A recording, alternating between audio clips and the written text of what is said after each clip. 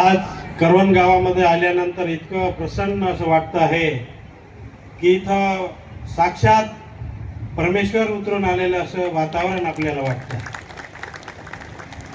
आणि जिथं संत आहे तिथं काहीच कमी नसते.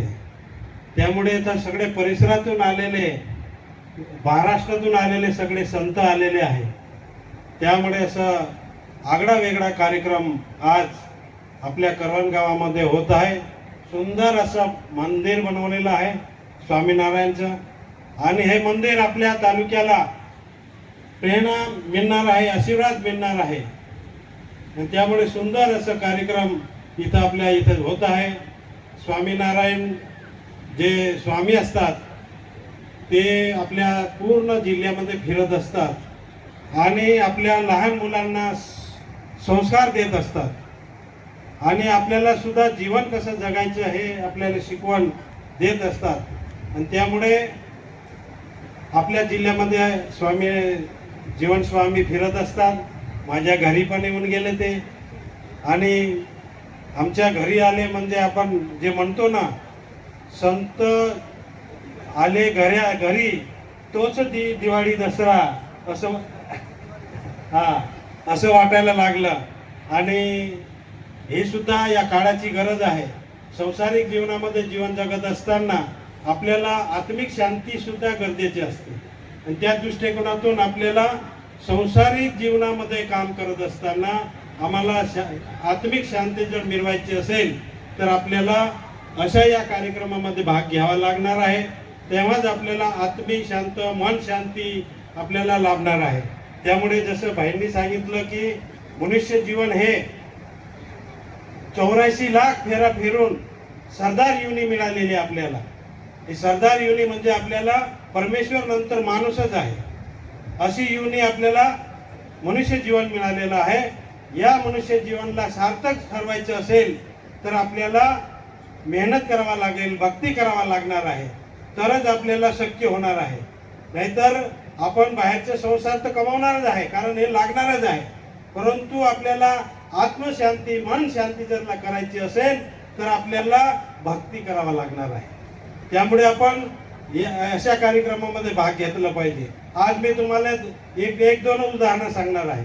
जेव्हा आपण मनुष्य जीवन मिळालेलं आहे, मनुष्य जीवन मिळालं, आपल्याला शरीरासाठी चांगलं जेवण लागतं, तेव्हा आपलं शरीर चांगलं राहतं. समजा आपण 2 टाइम जर उपास राहून गेला तर आपलं शरीर हा ढिलं पडायला लागून जातं. तर हे शरीराची खुराक, हे आपलं चांगलं जेवण मिळतं, हे आपण करत असतो शरीर चालवण्यासाठी. आणि मनाची खुराक आपण मनोरंजन बघतो, किंवा तमाशा असतो आणि काही टीव्ही पिक्चर असतं, हे मनोरंजन आपण करत असतो. घराघरामध्ये टीव्ही लागलेला आहे, आता मोबाईल येऊन गेलेला आहे. त्यामुळे आपण कायमस्वरूपी मनोरंजन करत असतो. ही मनाची खुराक आहे. म्हणजे आपण मनाला जास्त खुराक द्यायला सुरुवात करून दिलेली आहे. आणि जो शरीराला चालवत आहे, जी शरीराला चालवणारी आत्मा आहे म्हणजे जीव आहे, त्याला आपण खुराक जास्त देत नाही. मग त्याची खुराक काय आहे? त्याची खुराक आहे भक्ती आहे. जर आम्ही शरीराला दोन म्हणजे नाश्ता जर केला तर 3 टाइम आपण जेवण देतो शरीराला. आणि मनाला तर जेव्हा आलं तेव्हा टीव्ही पिक्चर बघतो आहे, त्याला मनाला सुद्धा आपण बलवान करून टाकलेला आहे.